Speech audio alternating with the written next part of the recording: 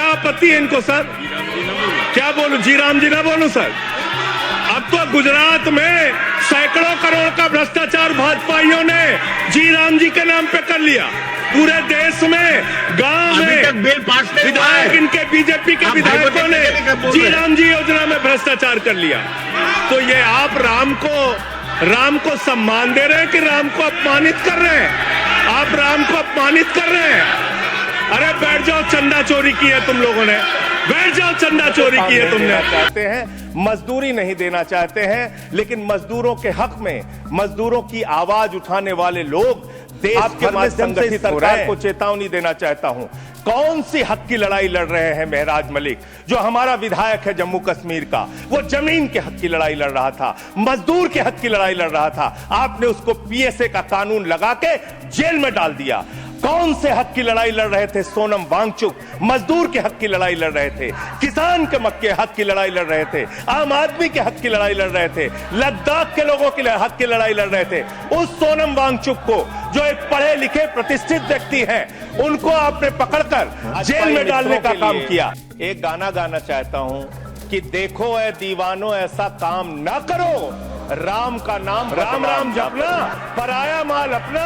इनका ध्यान लूटखोरी और भ्रष्टाचार में लिखा हुआ है मान्यवर, इसमें लिखा हुआ है कि 40% हिस्सा राज्य सरकारें देंगी, 60% हिस्सा केंद्र सरकार देगी। पहले 90% हिस्सा केंद्र सरकार देती थी, 10% हिस्सा राज्य सरकारें देती थी। आज तो ज्यादातर राज्य सरकारें आपकी नीतियों की बदौलत, आप जीएसटी का पैसा खाते हैं, राज्यों के टैक्स का पैसा खाते हैं। आपने राज्यों को खोखला कर दिया, आपने राज्यों को कर्ज में डुबा दिया। अब आप कह रहे हैं राज्य सरकारें इसमें पैसा लगाएंगी, यानी आप इस योजना को मारना चाहते हैं, आप इस देश के मजदूरों का हक मारना चाहते हैं, इस योजना को पूरी तरीके से खत्म और समाप्त करना चाहते हैं। इस मंशा से आप इस योजना को संसद में आज उस मुद्दे पर तीखी बहस देखने को मिली जो सीधे किसानों, मजदूरों, रोजगार और केंद्र राज्य हिस्सेदारी से जुड़ा है। वीबीजी राम जी योजना को लेकर आम आदमी पार्टी के सांसद संजय सिंह ने सरकार पर गंभीर सवाल उठाए। और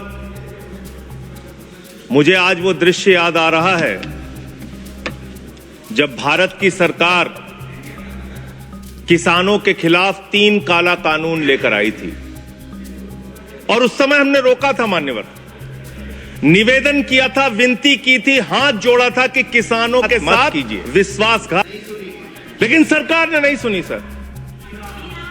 हमने विरोध किया, हम बेल में आए, सरकार को चिताया, हमें सस्पेंड करके बाहर कर दिया गया सर।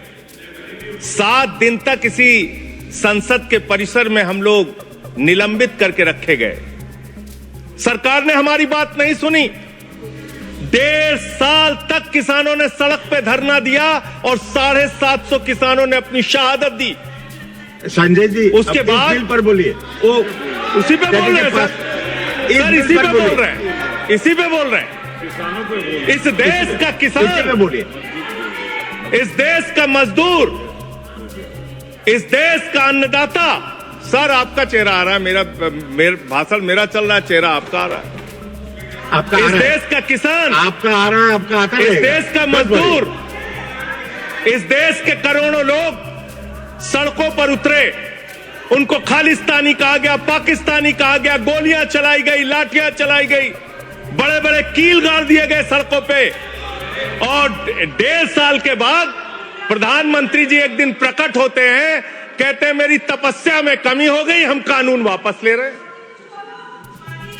आज मैं आपसे कहना चाहता हूं मान्यवर, यह ऐतिहासिक भूल आप करने जा रहे हैं, यह गुनाह और पाप आप दोबारा करने जा रहे हैं। और इस काले कानून को पास करने के बाद इस देश का मजदूर सड़कों पे उतरेगा, इस देश का किसान सड़कों पे उतरेगा, इस देश का आम आदमी सड़कों पे उतरेगा, जिसके पेट और पीठ दोनों पे आप छुरा मारने का काम कर रहे हैं। यह मैं कहना चाहता हूं मान्यवर।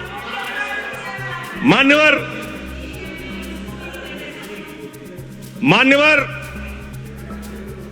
यह बिल किस मंशा और उद्देश्य के तहत लाया गया है?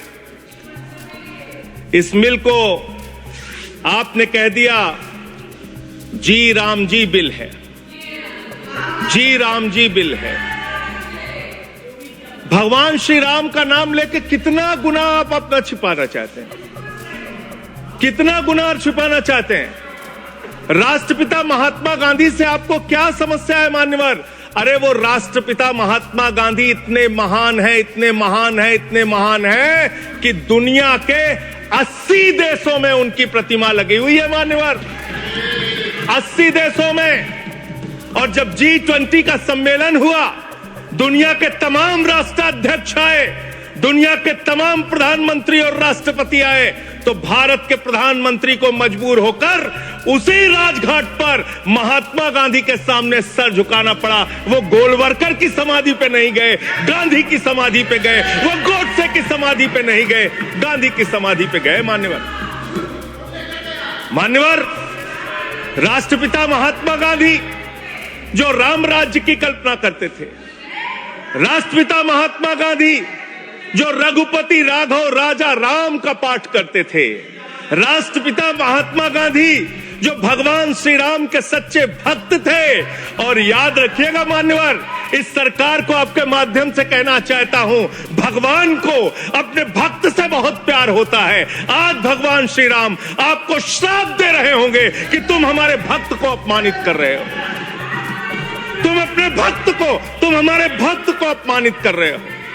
भगवान श्री राम आपको जरूर श्राप दे रहे होंगे मान्यवर। मैं शिवराज सिंह जी चौहान कृषि मंत्री जी को अटल जी के एक घटना से याद दिलाना चाहता हूं, राम के नाम का महत्व। एक उनके प्रतिद्वंदी ने बयान दिया मान्यवर, राजनीतिक प्रतिद्वंदी ने।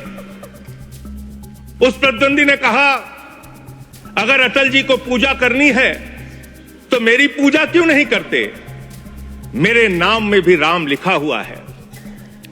अटल जी ने उसको जवाब दिया, राम हमारे लिए मर्यादा के प्रतीक हैं, राम हमारे लिए आदर्श हैं, राम हमारे लिए आराध्य हैं, राम हमारे लिए देवतुल्य हैं। अरे राम वो हैं जो पिता का वचन निभाने के लिए 14 वर्ष तक वनवास में रहे। राम वो है जिसने लंका का नाश किया। राम चरित्र का नाम है, राम मर्यादा का नाम है, राम आदर्श का नाम है।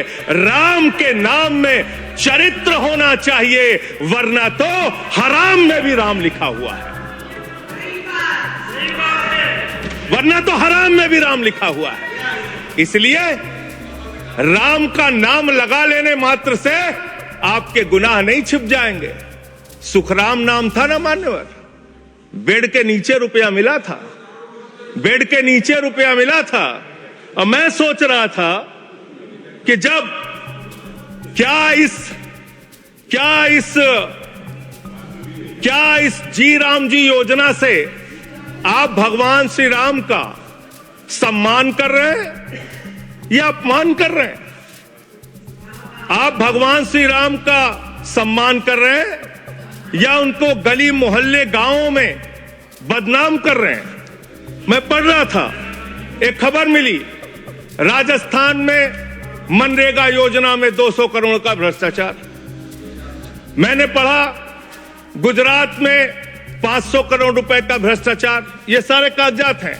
मैंने पढ़ा उत्तर प्रदेश में मनरेगा योजना में मजदूरों के नाम पे हजारों करोड़ का भ्रष्टाचार। हरियाणा में मान्य हजारों करोड़ का भ्रष्टाचार। सर योजना पे बोल रहा हूँ, सर योजना पे बोल रहा हूँ।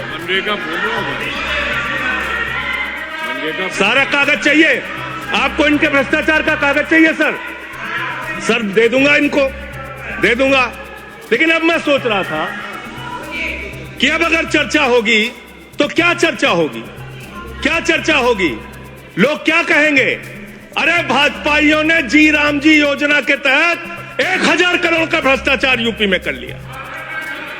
अरे भाजपाइयों ने हरियाणा में 500 करोड़ रुपए का भ्रष्टाचार जी राम जी में कर लिया।